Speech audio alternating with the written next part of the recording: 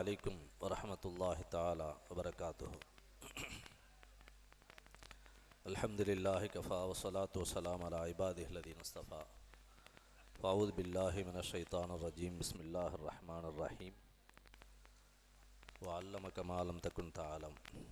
آمنا بالله صدق الله مولانا العلي العظيم.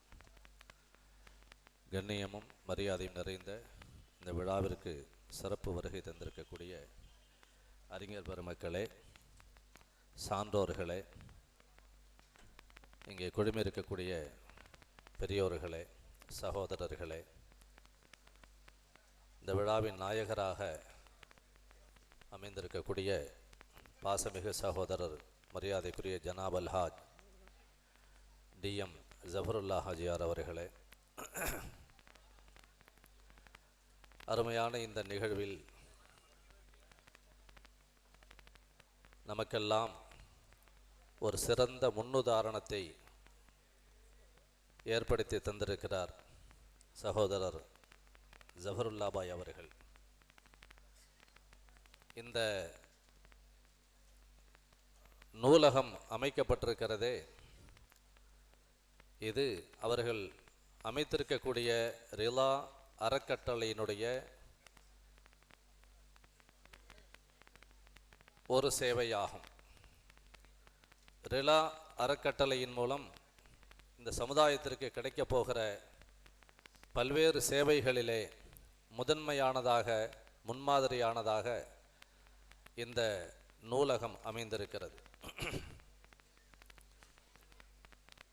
இந்த நூலகம் ஒரு பன்முகத்தன்மை கொண்டதாக அமைந்திருப்பதை உள்ளே சென்று பார்வையிட்டவர்கள் புரிந்து கொள்ளலாம். சாதி மத வேறுபாடுகளுக்கு அப்பாற்பட்டு எல்லா சமயத்தவர்களும் பயன்பெறக்கூடிய வகையிலே 1000க்கும் மேற்பட்ட தலைப்புகளிலே பல்வேறு நூல்கள் அங்கே இடம்பெற்றிருக்கின்றன. அந்த நூல்களுடைய தலைப்புகளையும் பெயர்களையும் பார்த்தாலே புரிந்து கொள்ளலாம், இது சமய சார்புடைய நூலகம் அல்ல, எல்லா சமயத்தவர்களும் பயன்பெறக்கூடிய நூலகம் என்பதை புரிந்து கொள்ளலாம். இந்திய திருநாட்டின் பன்னெடுங்கால வரலாற்று நூல்கள், சுதந்திர போர்கள் சம்பந்தப்பட்ட அரிய வகை நூல்கள், 60க்கும் மேற்பட்ட பல்வேறு தலைப்புகளில் அமைந்திருக்கக்கூடிய எல்லா துறை சார்ந்த சட்ட புத்தகங்கள், சகோதர சமுதாயத்தவர்கள் பயன்பெறக்கூடிய வகையிலே அர்த்தமுள்ள இந்து மதம்,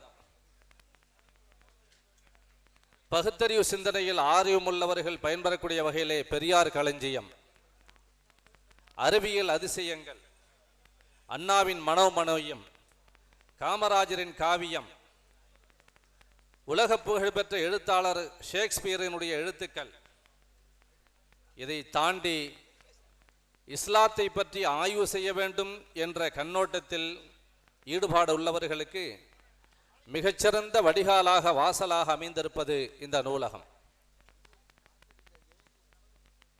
வரக்கூடிய வாசகர்கள், வாடிக்கையாளர்களுக்கு இலகுபடுத்தி தரக்கூடிய வகையிலே தனி ஒரு அறையிலே லைப்ரரி அமைத்திருக்கிறார். அங்கே இருக்கக்கூடிய கணினியின் மூலமாக தேவையான தகவல்களை பெற்று உடனுக்குடன் நகல் எடுத்து செல்லக்கூடிய வசதியும் செய்து வைத்திருக்கிறார். இப்படி பன்முகத்தன்மை கொண்ட ஒரு அருமையான நூலகத்தை ஒரு அரசாங்கம் செய்யக்கூடிய பணியினை, ஆட்சியாளர்கள் செய்யக்கூடிய பணியினை தனியொரு நபராக இருந்து சாதித்திருக்கிறார் என்பதை பார்க்கும்போது தான் பிறந்ததற்கான பிறவி பயனை அடைந்திருக்கிறார் என்பதை இதன் மூலம் புரிந்து கொள்ளலாம். அல்லாஹ் ரப்பல் ஆலமீன் என்றுமே சேவை செய்தவர்களை கைவிட்டு விடுவதில்லை. சேவையும் தொண்டும் நமது இரு கண்கள். உலக வரலாற்றில் எவரெல்லாம் சேவை செய்திருக்கிறார்களோ, தியாகம் செய்திருக்கிறார்களோ, உலகம் உள்ள வரை அவர்களை நினைத்து பார்க்கக்கூடிய அருமையான ஒரு நினைவு சின்னத்தை அல்லாஹ் ரப்பல் ஆலமீன் அமைத்து விடுகின்றான். அப்படியானதொரு நினைவு சின்னமாக இந்த அஞ்சுமன் அறிவகம் அமைந்திருக்கும் என்பதில் கெஞ்சிற்றும் சந்தேகமில்லை. அல்லாஹ் ரப்பல் ஆலமீன் இதை நீண்டு நீடித்திருக்க செய்து உலக மக்கள் எல்லோரும் பயன்பெறக்கூடிய வகையிலே அருள் புரிவானாக என்று துஆ செய்து முடித்துக் கொள்கின்றேன். அஸ்ஸலாமு அலைக்கும் வரஹ்மத்துல்லாஹி தஆலா வபரகாத்துஹு.